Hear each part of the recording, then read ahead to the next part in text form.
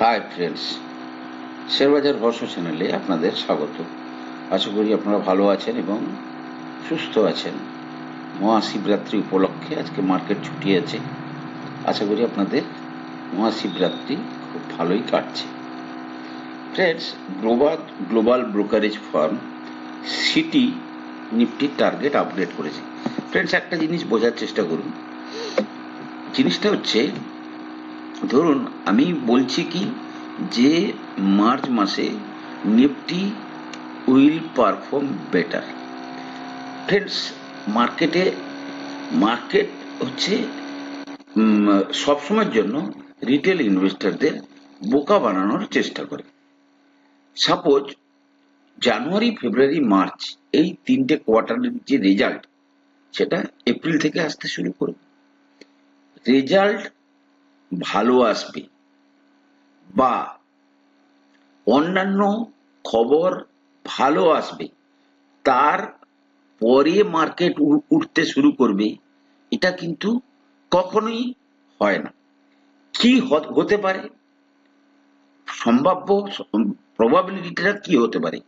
দেখুন friends, market কিন্তু on anticipation of quarterly result, good quarterly result, market কিন্তু একটা আপ মুভ দেবে। Then on that particular period, suppose ধরুন আজকে নিফটি ধরুন বাকি দুদিনের মধ্যে আমি ভেবেই নিলাম নিফটি 22,500 কাছাকাছি ক্লোজিং দিল। দেন বিফোর রেজাল্ট মার্কেট কিন্তু 500-700 পয়েন্টের একটা র্যালি দিয়ে 23,000-এর কাছাকাছি গিয়ে কিন্তু সে ওয়েট করবে রেজাল্ট, এবং যদি সেখানে সে বেটার রেজাল্ট পায়, better commentary from the industry side তারা যদি পায়, তখন কিন্তু তারা যে র্যালিটা তারা মার্কেটে দেবে সেই র্যালিটাকে ক্যারি ফরওয়ার্ড করার চেষ্টা করবে। এবারে কোনো কারণে যদি দেখে যে সিচুয়েশন ইমপ্রুভ হচ্ছে না, তাহলে আবার একটা পরের মাসের ক্যান্ডেলে তারা আবার হয়তো লো রিটেস্ট করতে এলেও আসতে পারে। দ্বিতীয়ত হচ্ছে, মার্চ কোয়ার্টার যখন আসবে, চলবে, মানে মার্চ মাস যখন চলতে থাকবে, তখন কিন্তু অন্যান্য অনেক প্যারামিটার আসতে থাকবে। যেমন ধরুন মনসুন রিলেটেড, মানে অ্যাডভান্স যে মনসুনের যে ফোরকাস্ট, সেই সমস্ত ফোরকাস্ট আসতে শুরু করবে। আরো অনেক কিছু জিনিসের উপর কিন্তু নির্ভর করবে মার্কেট তখন সেই পার্টিকুলার যে আপমুভটাকে র্যালিতে কনভার্ট করবে, না সে আরো কিছুদিন ডিলে করবে। ইট ইজ, মানে এটা খুবই শিওর যে F2 সেলিং একটা বড় কনসার্ন। কারণ কি, প্রতি মাসে যদি কেউ সেল করছে, সেল তো মার্কেটে কেউ না কেউ করে, কেউ না কেউ বাই করে, কিন্তু ইন্ডিয়ান মার্কেটের যে টেন্ডেন্সিটা হয়ে আছে যে ফরেন ফান্ড এলে মার্কেট বেটার পারফর্ম করে, তো সে জায়গায় F2 সেলিংটা একটা চিন্তার।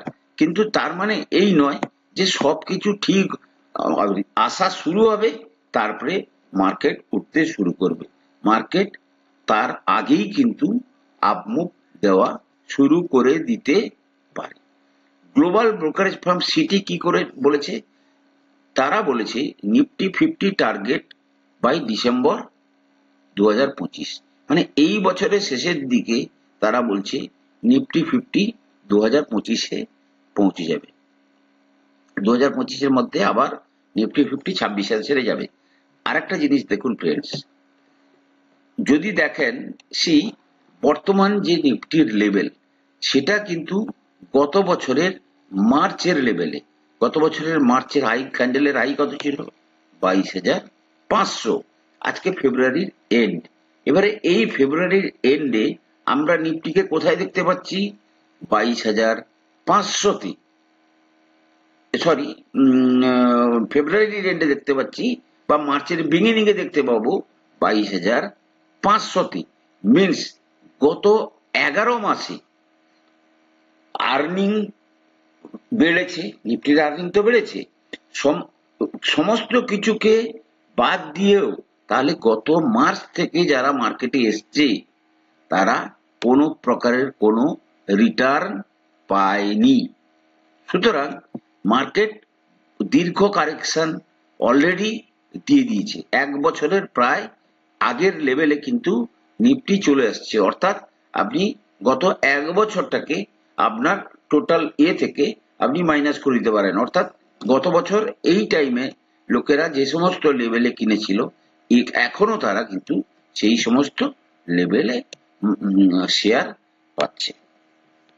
ফ্রেন্ডস দেখুন, ইলেকট্রিক ভেহিকেল সেক্টরে কিন্তু খুব অ্যাগ্রেসিভ অ্যাক্টিভিটি দেখা যাচ্ছে টাটা মোটরসের পক্ষ থেকে।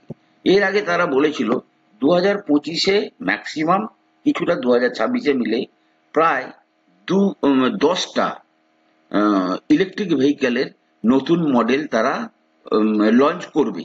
তার মধ্যে কি কি আছে?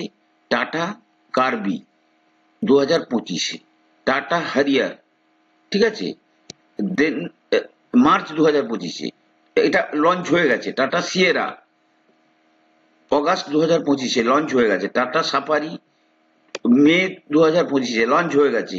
টাটা পাঞ্চ 2025-এ, তারপরে হচ্ছে টাটা আল্ট্রোজ, এবং এই যে লেটেস্ট যে নিউজটা এসছে টাটা অভিন্না, এটাও কিন্তু তারা আগে ভাগে লঞ্চ করার ব্যাপারে বলছে।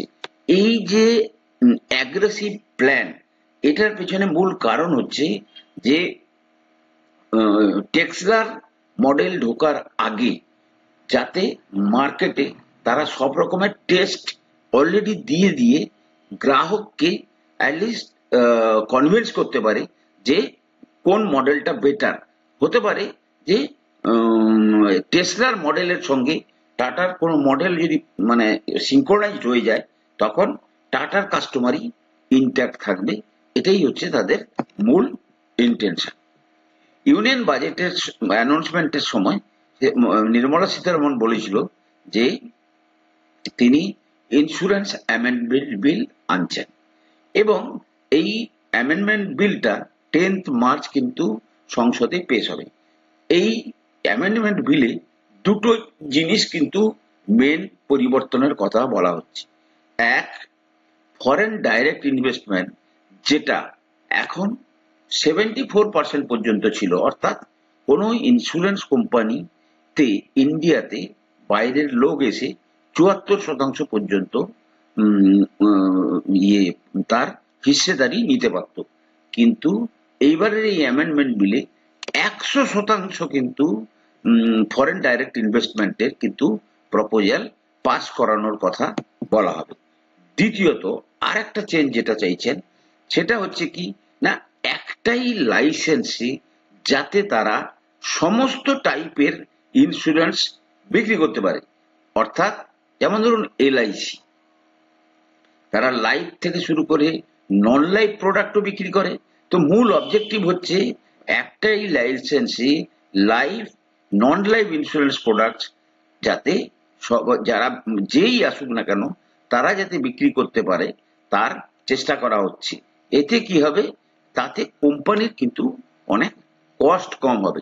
প্রসঙ্গত বলে রাখি ফ্রেন্ডস, রিসেন্টলি একটা সার্ভে এসেছে, ইন্স্যুরেন্স প্রিমিয়াম কিন্তু বাড়বে, সমস্ত টাইপের ইন্স্যুরেন্সের কিন্তু প্রিমিয়াম বাড়বে। তার পেছনে কারণ হচ্ছে যে সমস্ত রিস্ক ফ্যাক্টর গুলোকে কেন্দ্র করে ইন্স্যুরেন্সের প্রিমিয়াম ডিসাইড হয়, সেই সমস্ত ক্ষেত্রে দেখা গেছে যে প্রায় 10-15% রিস্ক বৃদ্ধি পাচ্ছে, যার ফলে ইন্স্যুরেন্সের প্রিমিয়াম বৃদ্ধি করার ব্যাপারে অলরেডি একটা আলোচনা অ্যাডভান্স স্টেজে আছে। মার্কেটে আবার কিন্তু দেখুন একটা পার্টিকুলার টাইমের পরে কিন্তু আইপিও মার্কেট যখন সক্রিয় হয়ে যাবে ভাববেন মার্কেট একটা রিভাইভালের দিকে যাচ্ছে। আইপিও মার্কেটের মানে দুটো বড় কোম্পানি কিন্তু আইপিও মার্কেটে আসছে। এক হচ্ছে টাটা ক্যাপিটাল, দ্বিতীয় হচ্ছে ICICI Prudential life. ICICI Prudential life কিন্তু শেয়ার বাজারে নেই। আইসিআইসিআই প্রুডেন্সিয়াল লাইফের অলরেডি প্রাইস ব্যান্ডও ডিসাইড হয়ে গেছে 334 টাকা পার শেয়ার করে, ঠিক আছে। প্রায় 13,200 কোটি টাকা কিন্তু তার মার্কেট থেকে 14,696 কোটি টাকা মার্কেট থেকে তারা তুলবে। আর টাটা ক্যাপিটালও কিন্তু তারাও মার্কেটে কিন্তু আইপিও আনছে, যে তাদের যে এক্সিস্টিং শেয়ার হোল্ডার আছে তাদের কিছু হোল্ডিং সেল করার জন্য। আচ্ছা, বিলিয়নিয়ার ইয়ে বার্কশায়ার হাথওয়ে, দেখুন ওয়ারেন বাফেট যে মূল কোম্পানি সেটা হচ্ছে বার্কশায়ার হাথওয়ে।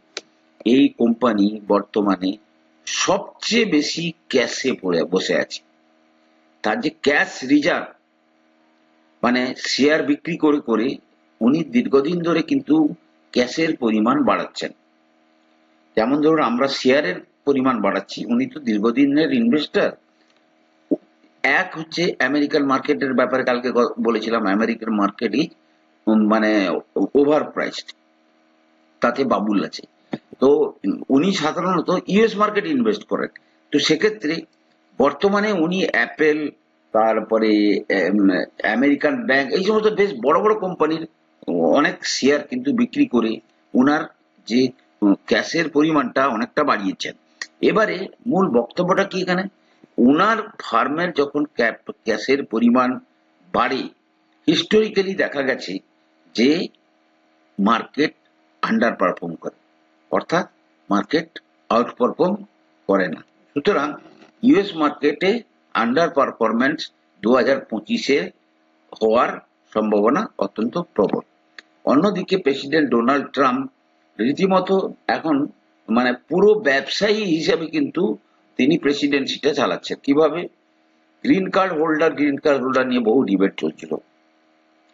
এবারে যেটা নতুন উনি আনলেন সেটা হচ্ছে গতকাল তিনি অ্যানাউন্স করেছেন এবার থেকে গোল্ড কার্ড হোল্ডার, অর্থাৎ যেটা এই গ্রিন কার্ড হোল্ডারকে রিপ্লেস করবে। গোল্ড কার্ডে আর কিছু নেই, শুধুমাত্র যে গোল্ড কার্ড কিনতে চাইবে তাকে 5 মিলিয়ন ফি পেমেন্ট করতে হবে এই এলিজিবিলিটি পাওয়ার জন্য। মিনস তুমি আমার মানে আমেরিকার যদি নাগরিক হতে চাও, তোমাকে কিছু বিজনেস আউটলুক দেখাতে হবে, আমি কিছু করছি যাতে ইউএস ইমপ্রুভ হবে। সেইভাবেই কিন্তু তিনি এই গোল্ড কার্ডের কনসেপ্ট নিয়ে এসছেন এবং যার ফিজ হচ্ছে $5 মিলিয়ন।